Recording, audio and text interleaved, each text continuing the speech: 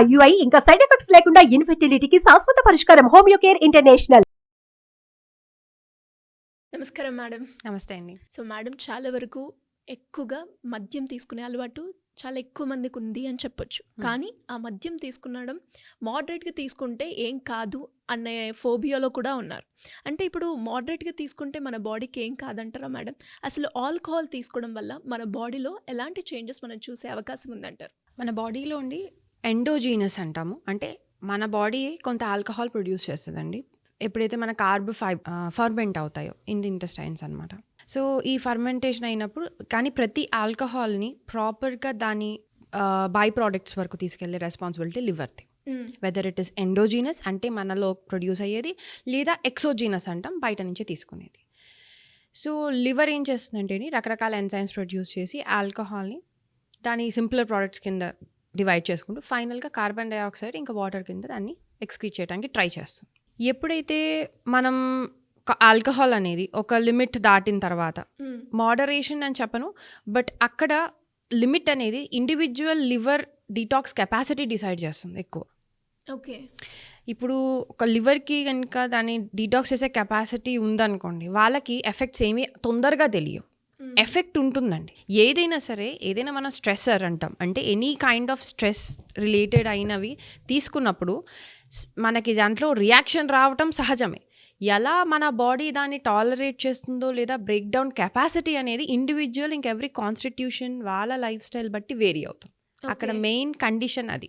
So ఇప్పుడు alcohol ఉందండి, alcohol బ్లడ్లో రీడింగ్ రేజ్ అవ్వగానే ప్రతిదీ మన ఫుడ్ తీసుకునే ప్రతిదీ కూడా ఇంటెస్టైన్స్ వెళ్ళి ఇంటెస్టైన్స్ తర్వాత డెఫినెట్గా అది లివర్ ద్వారా పాస్ అవ్వాల్సింది. లివర్ దాని యొక్క detoxification process phase 1, phase 2, phase 3 అని 3 ఫేజెస్లో చేసుకుంటుంది. అది చేసిన తర్వాతే మనకు అసిమిలేషన్లోకి వస్తుంది బ్లడ్. ఇది కామన్ ఫర్ ఎవ్రీ ఫుడ్. అలాగే ఆల్కహాల్ కూడా, కానీ ఆల్కహాల్ని బ్రేక్ డౌన్ చేసే కంప్లీట్ రెస్పాన్సిబిలిటీ లివర్ది. ఓకే, ఇప్పుడు మనం ఎప్పుడైతే ఆల్కహాల్ కన్జ్యూమ్ చేస్తారో వాళ్ళు ఎలా కన్జ్యూమ్ చేస్తారు, వాట్ ఈస్ ద క్వాంటిటీ వాళ్ళు తీసుకునేది, తర్వాత ఒకే స్మాల్ డ్యూరేషన్లో ఎక్కువ క్వాంటిటీ తీసేసుకుని తర్వాత మళ్ళీ ఆఫ్టర్ 2-3 months వాళ్ళు తీసుకుంటున్నారా, ఇట్లా వేరియబుల్ కండిషన్స్ ఉంటాయండి. అండ్ అలాగే మేడం, ఆల్కహాల్ తీసుకునే విధానం కూడా మీరు అన్నారు కాబట్టి, అంటే ఎలా తీసుకోవచ్చు, అంటే ఎలా తీసుకుంటే ఎలాంటి ఎఫెక్ట్స్ ఉంటాయి? ఐ మీన్ చాలామంది రైట్. నా ఫస్ట్ క్వశ్చన్ ఏంటి, అసలు ఆల్కహాల్ ఎందుకు కావాలండి? అసలు ఆల్కహాల్ తీసుకోవాల్సిన అవసరం ఏంటి? ఎందుకు ఆల్కహాల్ని ఒక సోషల్ డ్రింక్ కింద ఇంట్రడ్యూస్ చేశారు? ఎందుకు టీ అండ్ కాఫీ ఇలాంటివి ఎందుకు తీసుకుని ఇట్ కెన్ బి అన్న సోషల్ పార్ట్ కదా. అసలు ఆల్కహాల్ని సోషల్గా ఎందుకు తీసుకొచ్చారు? ఎస్, చాలామంది దాన్ని సోషల్ డ్రింకింగ్ అంటారు. నా ఉద్దేశంలో దాని నెసెసిటీ అయితే ఏమీ లేదండి. ఎందుకంటే బికాజ్ అది మనం కనుక కరెక్ట్గా మెకానిజం తీసుకున్నాం అనుకోండి, ఆల్కహాల్ తీసుకోగానే మీ గట్ ఒక లెవెల్ తీసుకున్న వెంటనే మీ గట్ స్టార్ట్స్ రియాక్టింగ్ అని, గట్లో అది ఇన్ఫ్లమేటరీ, రైట్. ఎప్పుడైతే మీ గట్లో ఇన్ఫ్లమేషన్ కండిషన్స్ అన్నీ వస్తాయి, మీ గట్ దాన్ని రిపేర్ చేయడానికి చూస్తుంది. ఆ తర్వాత మళ్ళీ it passes through the liver కూడా దాన్ని డీటాక్స్ చేసుకుంటూ వెళ్తుంది. కొంతసేపు అయిన తర్వాత ఇఫ్ యూ మనం కంటిన్యూ చేసుకుంటూ వెళ్ళినప్పుడు మనకి ఆల్కహాల్ అనేది మేజర్గా ఇట్స్ అ న్యూరోటాక్సిన్. అది మెయిన్గా దాన్ని ఎందుకు ఇప్పుడు అంత సైకో న్యూరోటాక్సిన్ కింద కన్సిడర్ చేయబడింది, ఎందుకంటే అది మన బాడీని కంట్రోల్ చేసేవి 2. ఒకటి ఎండోక్రైన్ సిస్టమ్ అంటే గ్లాండ్స్, హార్మోన్స్ ఇవన్నీ. రెండోది nervous system, brain, central nervous system అనుకోండి, నరాలు అనుకోండి, ఈ 2. ఇది డైరెక్ట్గా బ్లడ్ బ్రెయిన్ బ్యారియర్ అని ఉంటుందండి. దాన్ని బ్రేక్ చేసి బ్రెయిన్లోకి అది it goes in to the brain circulation అనమాట. ఓకే. అండ్ అలాగే మేడం, ఇక్కడ మీరు అన్నట్టుగానే చాలా వరకు కూడా తీసుకునేటప్పుడు కొందరు ఫ్రూట్స్తో తీసుకుంటారు, కొందరు స్టఫ్ అంటూ ఉంటారు, వాళ్ళకి నచ్చింది తీసుకుని ఉంటూ ఉంటారు. అంటే కొందరు గ్రేప్స్తో తీసుకున్నప్పుడు అది హెల్త్కి మంచిది అని కూడా అనడం నేను విన్నాను మేడం. దీన్ని ఎలా చూడొచ్చు అంటారు? అక్కడ ఫస్ట్ నేనైతే నా ఉద్దేశంలో ఉండి ఆల్కహాల్ వాళ్ళు ఎందుకు తీసుకుంటున్నారు అనేది ఫస్ట్ క్వశ్చన్. అది వాళ్ళు ఎడిక్షన్ కింద తీసుకుంటున్నారో లేకపోతే ఏదైనా సోషల్ డ్రింకింగ్ అన్నా కూడా అది డెఫినెట్లీ ఒక ఇమోషనల్ ఆర్ సైకలాజికల్ ఇంబ్యాలెన్స్ వల్లే తీసుకుంటున్నాం. అంటే వీఆర్ ట్రయింగ్ టు ఎస్కేప్ అ సిచ్యువేషనా, మేమైతే అలా ఇవాల్యుయేట్ చేస్తామండి.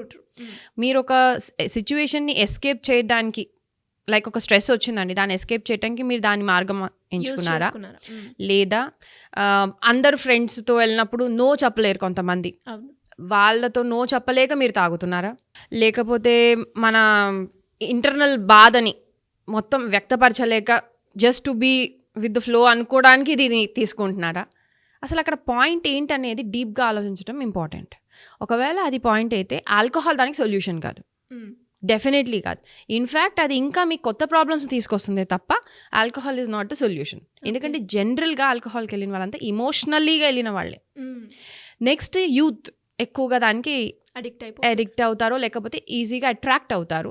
ఎందుకంటే అదొక కల్చర్ అయిపోయింది. దాని ఒక కల్చర్ కింద మనమే ఎస్టాబ్లిష్ చేసాం. ఇది ఎక్కడా కూడా తాగాల్సిందే అనేది ఎక్కడా లేదు. ఎందుకంటే ఈ అరిస్ట్ అని ఇవన్నీ కూడా ఫర్మెంటెడ్ ఫుడ్స్ అనుకోండి, లేదా ఫర్మెంటెడ్ డ్రింక్స్ అనే మన పార్ట్ ఆఫ్ లైఫ్ ఉండేది, కానీ చాలా మెడిసినల్ ఫామ్లో ఉండేది. అంతేగాని ఇది ఇట్లాగా ఒక కల్చర్లో ఎప్పుడూ లేదు. ఓకే. సో మనం దాన్ని ఒక కల్చర్లో అడాప్ట్ చేసుకుని దానికి అట్రాక్ట్ అయ్యి విత్ టెంప్టేషన్ అంటాం. వీ నో, మనకు తెలుసు దాని గురించి ప్రాబ్లం ఉందని, కానీ మనం ఆగలేం. వి జస్ట్ గో టెంప్ట్ అయిపోతాం దానికి. సో ఈ 4 పాయింట్స్ ఇన్ మైండ్ మనం కన్సిడర్ చేసుకుంటాం. వాళ్ళు ఎందుకు they are going towards it అని. నేను చాలామంది పడతా సోషల్ డ్రింకింగ్, వాళ్ళు చెప్పారు కాబట్టి మేము తాగాలి.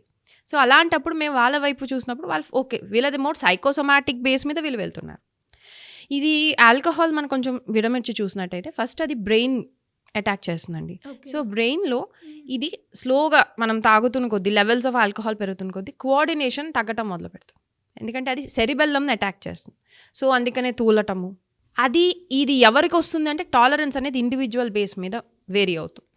నెక్స్ట్ అది కాగ్నిషన్ని ఇంబ్యాలెన్స్ తీసుకొస్తుంది. కాగ్నిషన్ అంటే ఏంటి, అసలు అవగాహన ఏం జరుగుతుంది ఏంటి అనేది నెమ్మదిగా అది రెడ్యూస్ చేస్తుంది. ఎందుకు చేస్తుంది, మన బాడీలో ఉండే న్యూరో ట్రాన్స్మిటర్స్ అని ఉంటాయి. అంటే ఒక నరం ఇంకో నరంతో ఏదైనా కమ్యూనికేట్ అవ్వాలంటే సిగ్నల్స్ ఇవ్వాలి. ఆ కెమికల్ సిగ్నల్స్ని న్యూరో ట్రాన్స్మిటర్స్ అంటాం. మనం హ్యాపీ అవ్వాలంటే ఒక రకమైన న్యూరో ట్రాన్స్మిషన్ జరుగుతుంది, మనం సాడ్ అవ్వాలంటే ఒక రకమైన న్యూరో ట్రాన్స్మిషన్ ఉంటుంది.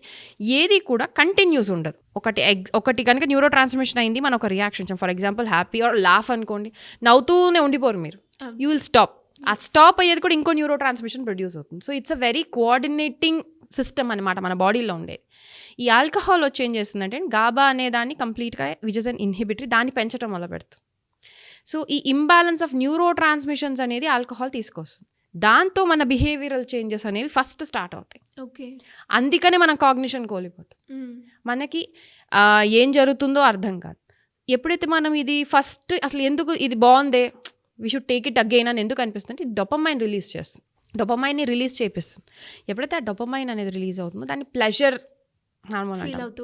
సో ఎప్పుడు మన మైండ్ ఎలా ఉంటుందంటే అండి, ఒకటి కనుక నచ్చింది అనుకోండి, వి టెండ్ టు రిపీట్. అవును.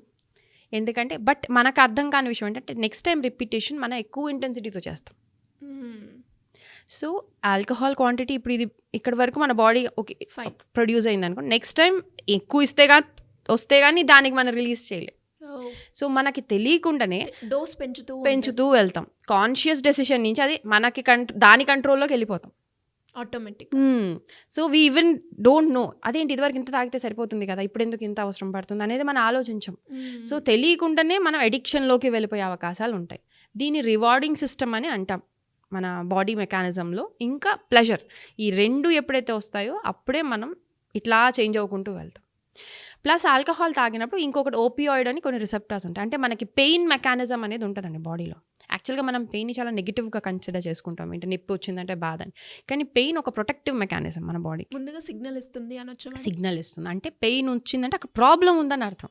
మనం పెయిన్ ఎందుకు వచ్చింది, పెయిన్ తీసేద్దామని చూస్తున్నాం. ఎలా అయితే ఫైర్ అలారం మోగ్గానే అలారం బగలు కొట్టేద్దామని చూస్తున్నామో, పెయిన్ రాగానే పెయిన్ తీసేద్దామని ఆలోచిస్తున్నామే తప్ప పెయిన్ ఎందుకు వచ్చింది అని ఆలోచించట్లేదు. సో ఎప్పుడైతే ఆల్కహాల్ తీసుకుంటామో ఈ ఓపియాయిడ్ రిసెప్టార్స్ యాక్టివ్ అయ్యి పెయిన్ ఆటోమేటిక్గా తగ్గుతుంది. పెయిన్ కాజ్ ట్రీట్ అవ్వదు, but that pain reduces. So మనం ఏమనుకుంటాం, ఓహో ఆల్కహాల్ తాగానే పెయిన్ రెడ్యూస్ అయింది మనకి, వీఆర్ హ్యాపీ. దీనివల్ల దీంట్లో అడిక్షన్ సైకిల్లోకి మనం వెళ్తాం ఆల్కహాల్లో. సో దట్ ఇస్ మన తెలియకుండానే మనం డ్రైవ్ చేసే కారు మనం డ్రైవ్ చేయడం మొదలు పెడుతుంది దాంట్లో, రైట్. సో ఏమవుతుందంటే మనం ఆటోమేటిక్గా అడిక్ట్ అయిపోయి తర్వాత మనకు ఎఫెక్ట్ అయ్యేది లివర్ వచ్చేస్తుంది. సో ఫస్ట్ ఇది ఒక న్యూరోటాక్సిన్. ఇప్పుడు రీసెర్చ్ పరంగా ఇది కార్సినోజన్ కింద కూడా చెప్పబడుతుంది. ఇప్పుడు నెక్స్ట్ అదేమో లివర్, మేజర్గా లివర్ క్యాన్సర్స్కి, రెక్టల్ క్యాన్సర్స్కి బాగా కాజ్ చేస్తుంది. సివియర్ స్టేజెస్ ఎవరైతే అడిక్ట్ అయ్యారో మేడం, అంటే టాక్సిక్ లెవెల్ వరకు రీచ్ అయ్యారనుకోండి, వాళ్ళ బాడీ కండిషన్ ఎలా ఉంటుంది, అంటే మనం రికవరీ చేయొచ్చు అంటారా ఆ టాక్సిక్ లెవెల్ని? ఇది మైండ్ నుంచి వచ్చిన ప్రాబ్లం అయినప్పుడు మైండ్లో రికవరీ కావాలి అనేది వాళ్ళకి కూడా ఈక్వల్లీ అంత డిటర్మినేషన్ ఉండాలండి. అది చెయ్యకుండా చాలా కష్టం. వాళ్ళు మేము మాందాం అనుకుంటున్నాం కానీ మానలేకపోతున్నాం అనే వాళ్ళకి హెల్ప్ చేయొచ్చు. అసలు ఈ తాగటంలో తప్పే ఉంది అనుకునే వాళ్ళకి ఎవరు ఏమీ చేయలేం. అందరూ తాగుతున్నారుగా నేను తాగుతున్నాను అనే వాళ్ళకి దానికి సొల్యూషనే లేదండి. అది వాళ్ళకి రియలైజేషన్ రావాలి. లేదు నేను ట్రై చేస్తాను, ఇది వద్దంటున్నారు అందరు కాబట్టి ఐ విల్ ట్రై, కానీ నాకు అవ్వట్లేదంటే డెఫినెట్లీ వీ కెన్ హెల్ప్. మేము ఎక్కువగా ఫ్లవర్ థెరపీస్ ద్వారా వెళ్తాం. సో మేము జనరల్గా ఎప్పుడు చెప్తుంటాను, కాన్స్టిట్యూషన్ బట్టి వేరియబుల్గా ఉంటుంది ఆల్కహాల్ అనేది, రియాక్టివిటీ అంటే బాడీ కండిషన్ బట్టి. ఇలాగా బాడీలో ఎప్పుడు కూడా సింగిల్ కండిషన్ ఉండదండి, దర్ ఇస్ అ కాంబినేషన్లో ఉంటాయి. సింగిల్ వాళ్ళు అసలు ఇప్పుడు ఉండట్లేదు ఎక్కువ. సో ఎక్కువ వాతా డామినెన్స్లో ఉన్న వాళ్ళకి గట్ ఇన్ఫ్లమేషన్ ఫస్ట్ వస్తుంది. వాళ్ళు ఎక్కువ టాలరేట్ చేయలేదు. గట్ ఇన్ఫ్లమేటరీ కండిషన్స్ వచ్చి అలర్జిక్, అంటే మన బాడీలో ఇన్ఫ్లమేటరీ రెస్పాన్స్ని మనం యాక్టివ్ చేస్తాం దీని ద్వారా. పిత్తం తత్వం ఎక్కువ ఉన్న వాడికి లివర్ సెన్సిటివ్గా ఉంటుంది. వాళ్ళు ఆల్రెడీ నేచరే కొంచెం లివర్ ఈజీగా ఎఫెక్ట్ అయ్యేది, వాళ్ళకి ఆల్కహాల్ డైరెక్ట్ లివర్ మీద అటాక్ చూపిస్తుంది. సో వాళ్ళకి ఈజీగా లివర్ సిరోసిస్కి లేదా లివర్ ఇన్ఫ్లమేషన్స్కి వెళ్ళే అవకాశాలు ఎక్కువ. కఫం తత్వం ఉన్న వాళ్ళకి ఏంటంటే వాళ్ళు ఇంకా మెటబాలిజం స్లో డౌన్ చేసుకుంటూ వెళ్ళిపోతాం, ఫ్యాటీ లివర్లోకి తీసుకెళ్ళటం, మెటబాలిజం ఓవర్గా స్లో అయిపోవటం. ఇది తాగటం వల్ల కార్డియోవాస్కులర్ డిసార్డర్స్, అంటే మీకు వెజల్స్లో ఫ్యాట్ డిపాజిషన్స్ అవ్వటం, ఇట్లాంటి కండిషన్స్ వచ్చి heart related issues, vessels related issues రావటం అనేది జరుగుతుంది. అండ్ అలాగే మేడం, ఎక్కువగా ఆల్కహాల్ తీసుకునే వాళ్ళు ఒక సర్టన్ స్టేజ్ వచ్చాక పెరాలసిస్ మూమెంట్ వరకు కూడా వెళ్తూ ఉంటారు.